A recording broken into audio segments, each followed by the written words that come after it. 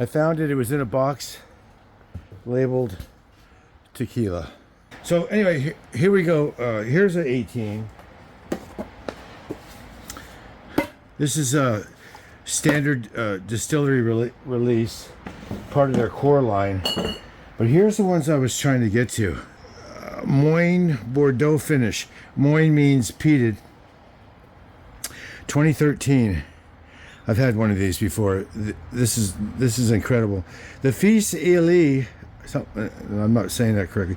That's a festival that they have every year. So this is the 2021, distilled on 2013, bottled in 2020. So that makes it only 7 years old. But let me tell you, this is outstanding. So there's that. Let me put it over here. And here's a 2004 Moine Pedro Jimenez cask finish. 51%, 51.8. I believe I'm going to be taking this one home.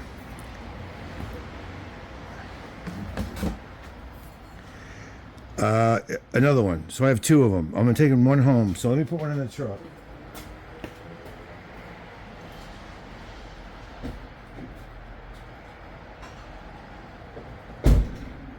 I got quite a stash in there now.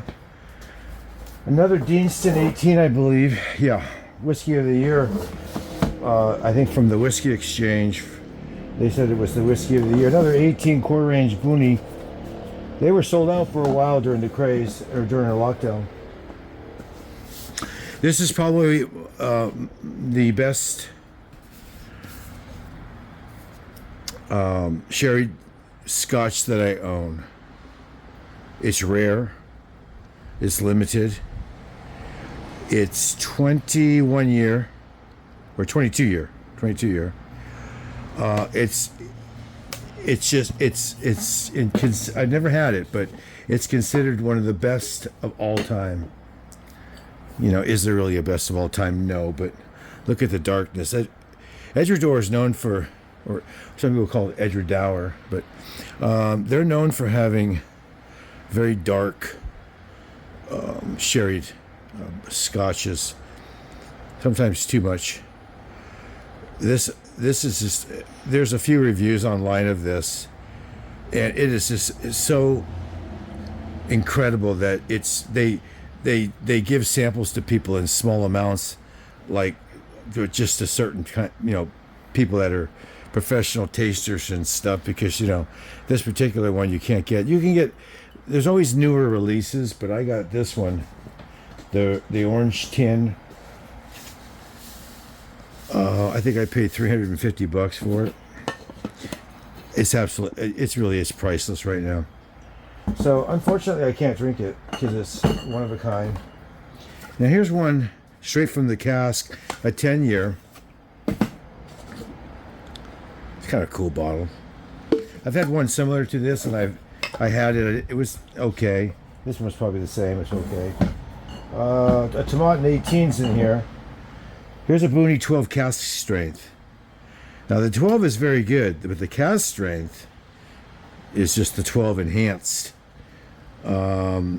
Sherried, spicy, unpeated. Oh, what is it? 56%. The problem with the higher proofs, they taste really good. The alcohol intensifies the flavors, but the other side of the coin on those is you can only have a couple small drams, and that's it. It's just too strong, unless you cut it with water, and then you're drinking it the way the distillery didn't really want you to drink it. So this one's the same. I already put one in my truck. Number 56 of it comes from the same cask. 1,270 bottles, and it's just telling you what number of bottle it is. So I have 3 of these, and then I have another one of these, which is I just showed you one. And as bad as I wanted to bring one home, I just recently finished one that I had it open for about two and a half years. And it when you first open it, it's pretty good, but it's a little bit overpowering. But after I got it down about halfway, I let it sit, and I just didn't go back to it for about a year and a half, so at least a year, maybe longer. And it just developed into this out with the oxygen that was in the bottle. It went. It can go bad with the oxygen, or it can go good. Different whiskeys and spirits, and it went the good way, and it was everything it was supposed to be that I read about in reviews, and one of the more outstanding scotches I've ever had, and the absolute best peated scotch I've ever had in my life. The only thing that even comes close, and this is going off of memory, is a 16-year distiller's Lagavulin that could probably rival it. At least the one I had back then could, from what I remember. And I had an Ardbeg that was pretty good. I think it was the I'm not sure if it was Ugadal or the Korryveken. I think it's Ugadal. But that one didn't age well in the bottle. Once the air got to it, I'm not sure if I even finished that. It didn't go the good way. So there's that. It just was in the wrong. It was mislabeled, and it threw me off. So I'm gonna put that up there. So when the camera was off, I opened some other bottles in the search for that. So I'm going to quickly show you what's in these. Here's that big one. This is where I thought it was going to be, and it turned out it wasn't. But there's some interesting stuff in here. So it turns out that this is tequila. You got your Avions. I got another Ocho Extra Añejo. Redwood Empire, Pipe Dream. Another Balvenie 15. The Balvenie 15. Here's another Redwood Empire Grizzly. Here's an Oban. Is this an Oban? Yeah, an Oban. And then these are Dewar's 32 year. This one's a 32 year. I have three of these. I have two of these and 127, I believe. These are extremely expensive. These are really good. The 27's pretty good. I think they have a 22, something like that. 22, 27, and then this 32. They come in half-size bottles, $3.75. The 32 is the cream of the crop. These are really good. But the bottle's so small, you pay like $250, $300. If you were to get a full-size bottle, this thing would be $500. So it's not a good value, but it's it's worth trying. I mean, it really is. If you're into Scotch, it's worth trying. Caledonia, Edgewater Caledonia. This is one of from their core line. These are exceptional. Edgewater is exceptional. Another one. I got two or three of them. I got three of them because for a while you couldn't get them. And then when they were available, I just got paranoid. I snatched up three. I actually, if I didn't have so many in the truck right now, I would grab one of these and put it in. I really should. I should bring this into the house. I'm going to. I won't drink it for a long time, but.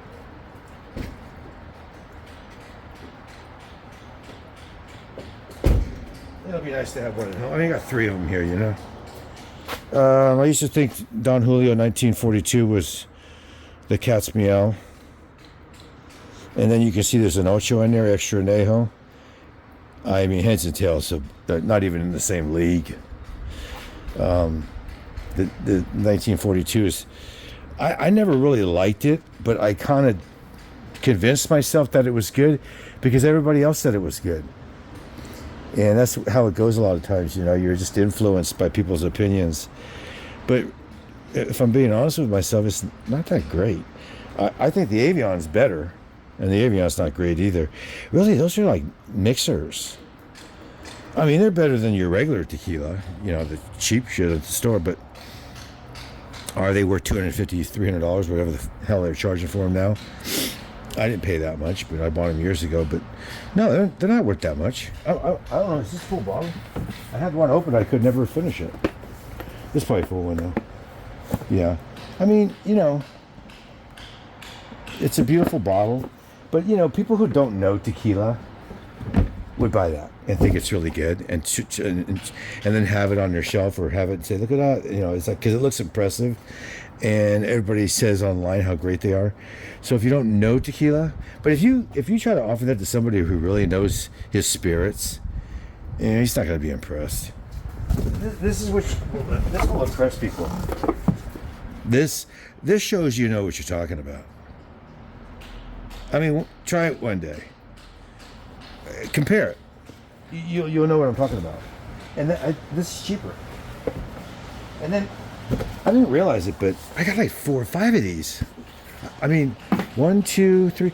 I have a minimum of 4 of these, and I might have 5 of these. This is a 4141 again. Remember I said that they looked a little light? This one looks a little darker for some reason.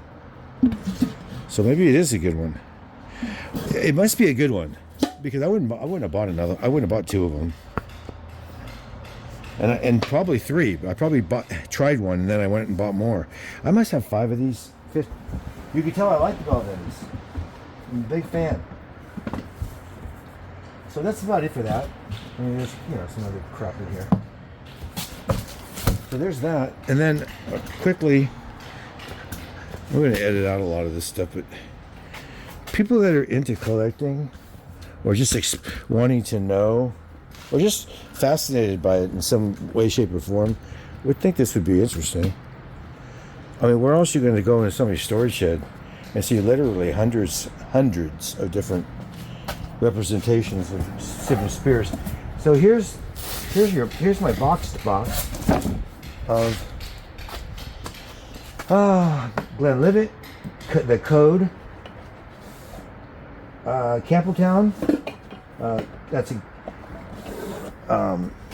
Kilkerran, Campbelltown single malt Scotch, 8-year. Probably not that great. I would gift that. This is Glenallachie, 12. I think I also have 15, maybe even a 17 or something like that. Oceanstossen, 21 year.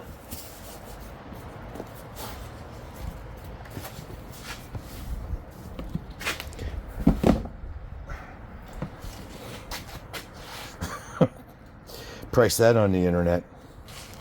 Tell me what you think. It's just through the roof. So I got one. I almost opened it one day. I was going to open it and then I said, no, I got too many other ones. I can't get that. I can't get another one. This is the 19. I've already had one of these, the Glenfiddich. These are exceptional. Age of Discovery. I don't know if you can get those anymore. Or that particular one, the blue one. Glen Grant 18, rare edition. I'm not a big fan of Glen Grant, but these are highly sought after and highly respected. Big distillery. Here's another. Oh, here's a Tamdhu. Which side you want to show this? Batch number 5. It's one of the better batches. Tamdhu. And I think this is a Signet. It's another Signet. That's Glenmorangie Signet. Okay, so there's that. And then, real quick here, Tomatin 12. My assortment of different Cayos. Cask strength. This comes from K&L Wine Merchants, I believe. Cask 541. This is exceptional. I also have, like, I think, a 543, but this is my favorite. Yeah, this is a rum. Various ones. Tullamore do 18. Another Nika.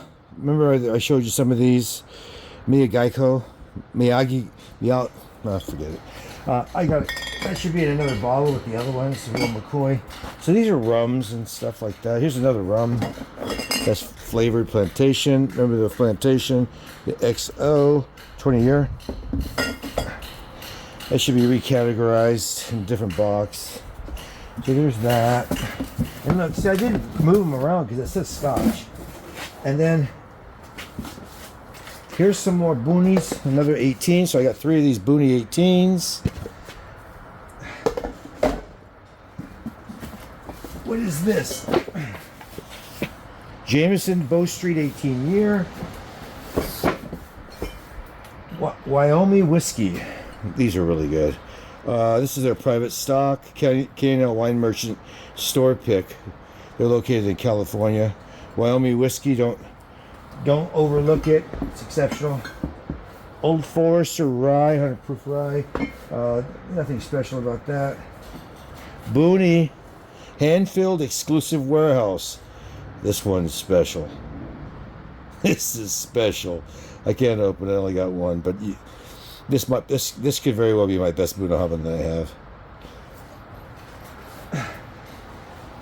It probably is. I don't know. You can't find an online thing on it because there wasn't that many. They were, at least not in our shores. Bunnahabhain Maturation Warehouse 2004, hand filled. I was going to take. There's another box with one of these. I have 2 of these. I don't. Did I put one in the truck? No, I don't think so. Billy Sinclair is the distiller, filled by Billy Sinclair. 2021 limited release. I would take this home with me, but I got everything that I need, so I'm not gonna do it. Here's a sherry cask pillar rum. It's tied to the author, the Old Man in the Sea. What's his name? His name escapes me now. Why is that? Lived on my favorite place in the Keys, Key West. Ernest Hemingway. There you go. Drawing a blank there. Everybody was touting this for a while, so I bought one. I don't know how good it is, but it is a rye. It's Mission Wine and Spirits sword pick. 61%. God damn, it's strong. It's probably good. But this is so strong. I'd have to dilute it. My favorite rum producer, Foursquare. They don't flavor them. They don't put crap in them. These are the real deal. They're usually high proof. This is 96. It's actually a low proof for them.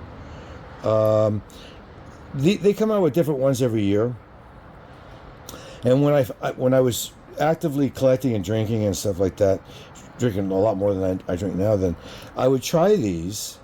And if I come, I'd buy 2 or 3 different ones from them, and I would try it. And if I, pop it and try it, if I really liked it, then I would order 1 or 2 more, because once they're gone, and you have to wait to see what they come out next year or the next 6 or 8 months. And these will only be on if they're really good. They have good reviews. There's only so many they produce, and they'll only be on the shelf for so long, and then you can't get that. You have to buy it at secondary or something. So when you find one that you really like, or you hear really good reviews on one, and you're a fan of it anyway, of Foursquare, then you go ahead and pick up 1 or 2 extra. And it allows you, like, for being a collector like me, it allows you to collect and still have it. So this just seems to be a rye box. I'm not a big rye guy, but this is bourbon. Rare character. 5 years. Somebody said this was good somewhere, so I bought it. I don't usually roll the dice. I usually have to get a good review on it. And that's about it for that.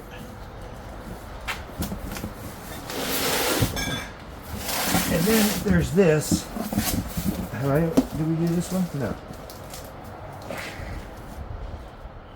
Yeah, we did. Yeah, we did that one. That's it. That's it. All right, I'm going to end it. I'll edit it. This is like a 3-part thing. There's my collection of spirits, what's left of it. I had more before. There's the boxes, and they're all pretty much full, which each box holding what? How many are in there? 1, 2, 3, 4, 5, 6, 7, 8, 9, 10, 11, 12. Anywhere from 12 to maybe 16. And some of the larger boxes, maybe 20, 21, 22. So you can quickly see when if you do 15 on each box and you start adding it up, there's quite a few here. And then I don't have a huge stock at home anymore. I'm over the collecting part. I no longer buy any for obvious reasons. I still watch videos here and there on them, but I'm not like I was before, where I was getting into it, discovering it. It's discovered, so I've kind of moved on. And as exciting as it is, collecting and tasting different spirits is not the healthiest thing in the world. You end up, and I learned this during the shutdown when we were locked up in our homes. You end up drinking more than you should, and more often than you should. Even though I'm not drinking a half a bottle or anything, but still, a lot of these are high proofs, as you could see. So you drink more than you should, and really, if you just have 2 or 3 little pours like this, you're going to feel it the next day. You're going to feel groggy and not quite right. You don't sleep as well.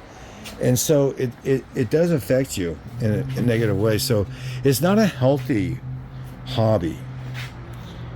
It is if you just rarely taste it. Well, I'm pretty much past it, so I got over the big hump of having too much of it.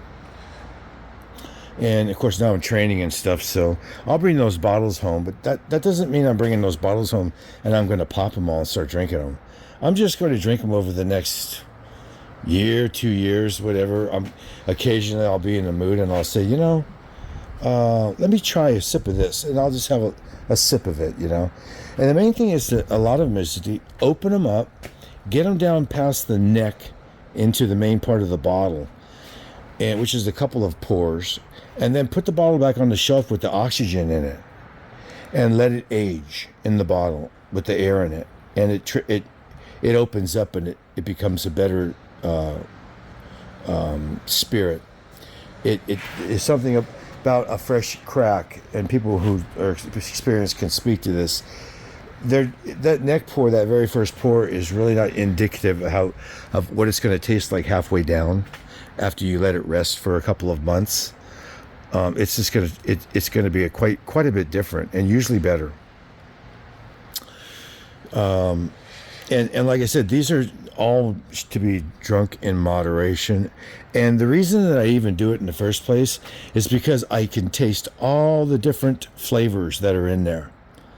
A palate that is not acclimated or developed, I should say. You won't taste anything. You plug your nose and you just down it like a shot. That's not what you do. You sip it, you savor it, and you pick up all the nuances and different flavors. Whether it's apricot, cherry, a jammy taste, citrus, the wood flavorings, the peat. There's the vanilla, the caramels, it just goes on and on. I mean, there's no end to it. The spice, the lingering flavor, how long the finish lasts, and then of course the nose, how does it smell, and the wood imparts just all the flavor. I mean, there's nuances in the flavoring from the malt when it's distilled properly or double distilled or done right. But most of it's going to come from you have to start with a good product. But after that, you have to have good casks.